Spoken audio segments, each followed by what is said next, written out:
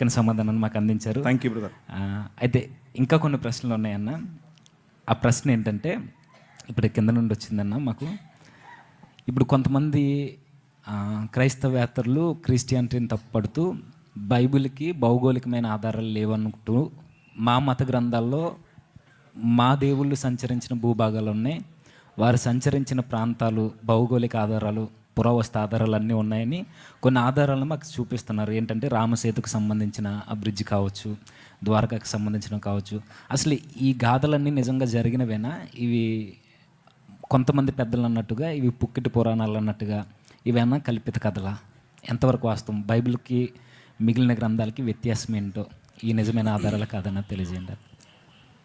So వారు చెబుతున్నటువంటి పురావస్తు ఆధారాలు ఏవైతే ఉన్నాయో అవి ఏవి కూడా వారు రచించుకున్న కావ్యంలో చెప్పినటువంటి స్థలాలకు సంబంధించినవి కావు.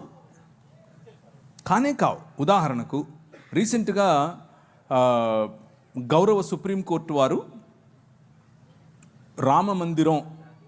రామ మందిర నిర్మాణం జరిగినటువంటి చోటు అది రాముని పుట్టుకకు సంబంధించింది అన్నటువంటి ఆధారాలు లేవు అని చాలా క్లియర్గా చెప్పింది. అక్కడ రామ మందిరం ఇంతకు ముందు ఉన్నట్లుగా ఆధారం లేదు అని చాలా క్లియర్గా చెప్పింది. కానీ మనోభావాల కోసం సొసైటీలో శాంతి భద్రతలు నెలకొల్పడం కోసం అక్కడ రామ మందిర నిర్మాణం చేయమని ఉత్తర్వులు ఇచ్చింది. సో సుప్రీంకోర్టుకే దొరకలేదు పురావస్తు ఆధారాలు. ఇంకా మీతో మాట్లాడుతున్న వాళ్ళకి ఎక్కడి నుంచి దొరికాయో మనకు తెలియదు. అది వాళ్ళు సొంతంగా వాట్సాప్ యూనివర్సిటీ అంటారు దాన్ని. అది వాట్సాప్ యూనివర్సిటీలో దొరికింటది.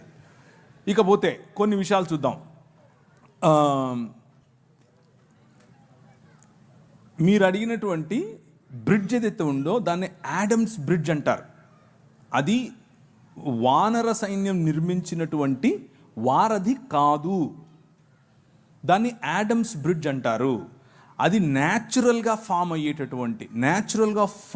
అయినటువంటి ఒక భూభాగము మాత్రమే. అయితే ఒక ప్రశ్న ఏంటి? ఆ ప్రశ్న అంటే, ఒక ఆయన లంకలోకి ఎగిరి వెళ్ళిపోయాడు. వీళ్ళకి బ్రిడ్జిలు ఎందుకు కావాల్సి వచ్చాయి? వీళ్ళు ఎగరొచ్చుగా. ఇంకో భలే ఉంటుంది చూడండి. ఒక ఆయన ఆ రోజుల్లో విమానాలు ఉన్నాయంట, విమానం వేసుకుని పోయాడు. ఎందుకు అని అంటే, ఒక ఆయన తలకాయ కింద పెట్టి పైన కాళ్ళు పెట్టి తపస్సు చేస్తున్నాడు. అంటే ప్రార్థన చేస్తున్నాడు. తపస్సు, ప్రార్థన, భగవన్ నామ స్మరణం చేస్తున్నాడు. ఈయన వెళ్ళాడు, విమానం దిగి కత్తి తీశాడు. నీ పేరేంటి అన్నాడు. అంటే నా పేరు, నేను ఫలానా కులానికి చెందినవాడిని అని అన్నాడు. నా పేరు చెప్పాడు, అంతే, వేసేసాడు. మరి ఆ రోజు విమానం ఉండింది, అంతకుముందు ఎందుకు లేదు? అప్పటికి ఇంకా కనుక్కోలేదా? సో పురావస్తు అని అడిగితే సరిపోదు, పురావస్తు శాఖ వాళ్ళు ఇచ్చే ఆధారాలు ఉండాలి కదా. కథలోనే ఇన్ని పొరపచ్చాలు తెలిసిపోతున్నాయి మనకి.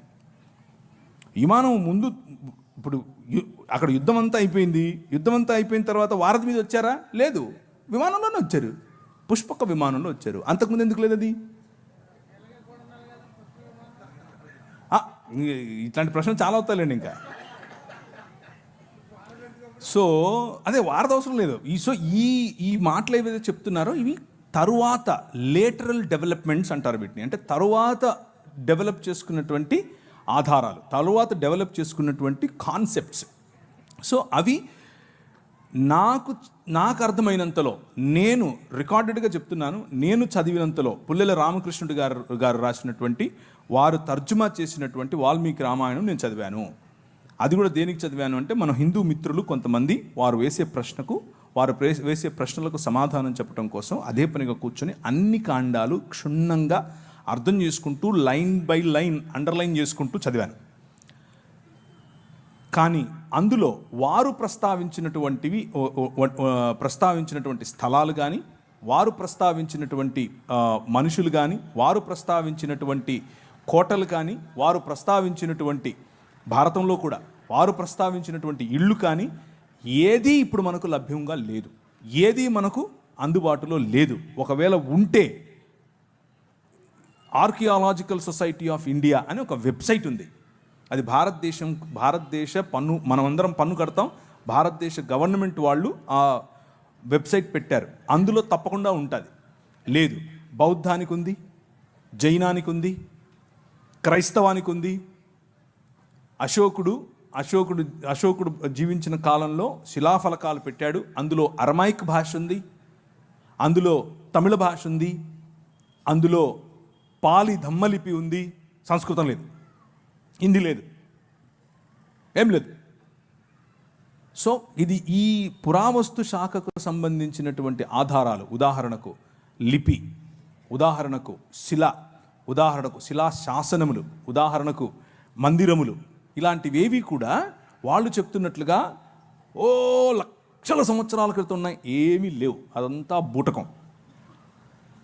కొద్దిగా ఎప్పటి నుంచి మొదలైంది ఈ ఆధారాలు దొరకటం అని అంటే క్రీస్తు శకం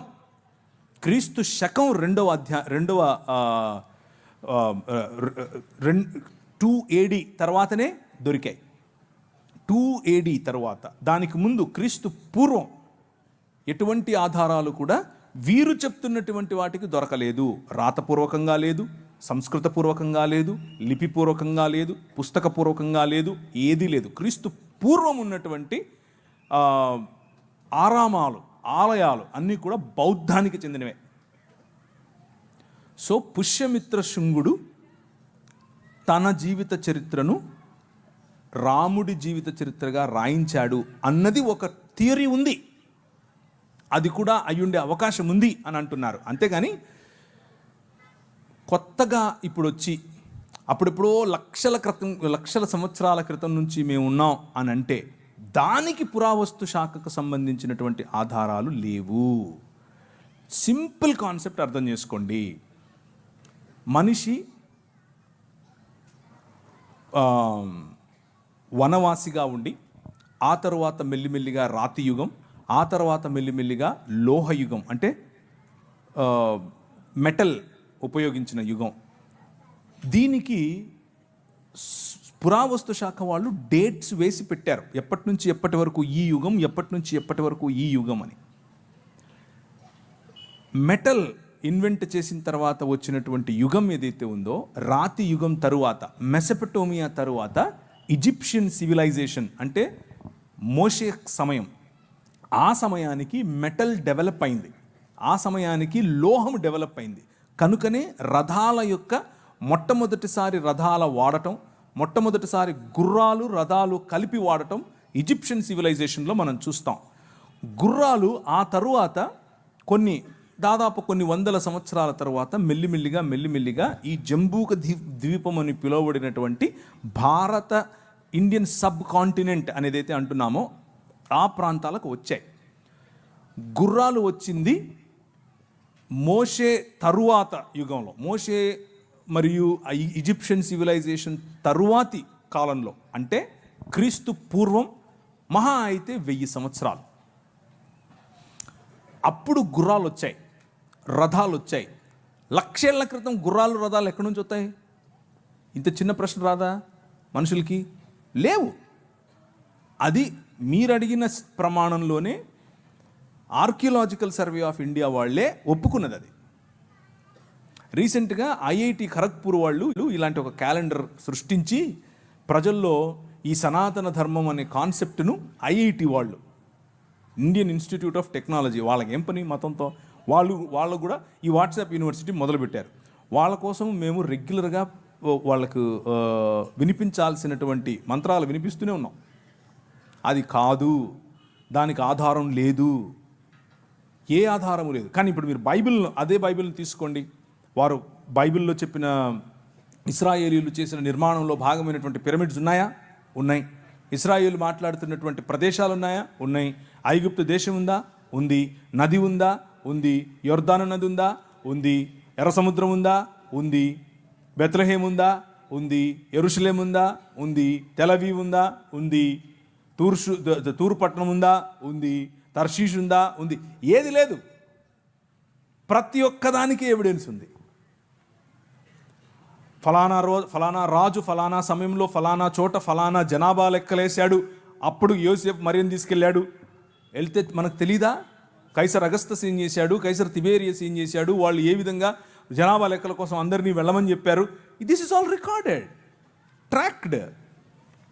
సో ఆ రోజు ఉన్నటువంటి హిస్టోరియన్స్, జోసిఫస్ కావచ్చు, ప్లైనీ కావచ్చు, టాసిటస్ కావచ్చు, వాళ్ళు రాసినటువంటి లేఖలు ఈ రోజుకు మనకు అందుబాటులో ఉన్నాయి. సో ఎక్స్ట్రా బిబ్లికల్ సోర్సెస్ మనకు అందుబాటులో ఉన్నాయి. ఆ ఎక్స్ట్రా బిబ్లికల్ సోర్సెస్ ఉన్న కారణం చేత మనం బైబిల్ నమ్మక్కర్లేదు.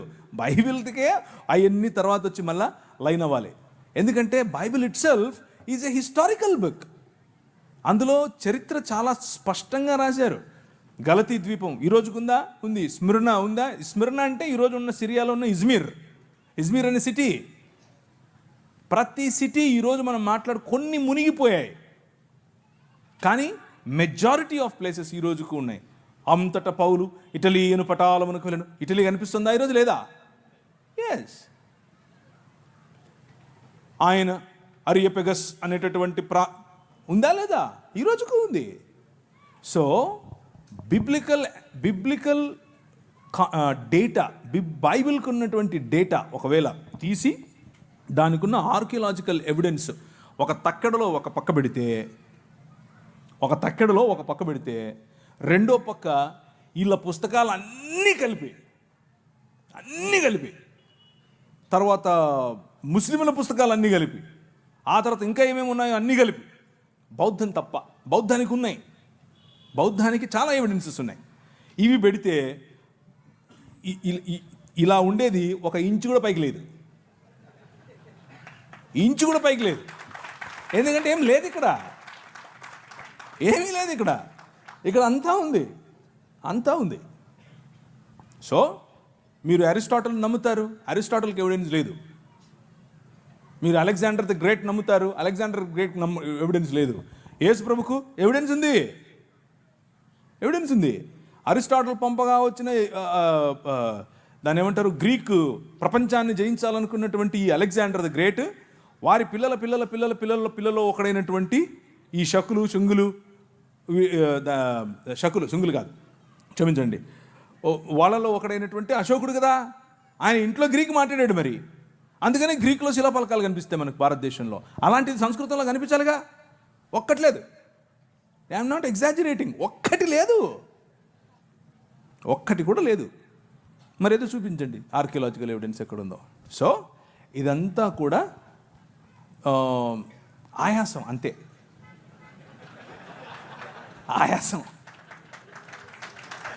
ఆయాసం తప్ప ఏమీ లేదు. ఎందుకంటే ఇక్కడ సబ్జెక్ట్ ఉంది, అక్కడ ఏమీ లేదు కాబట్టి ఆయాసపడాలి.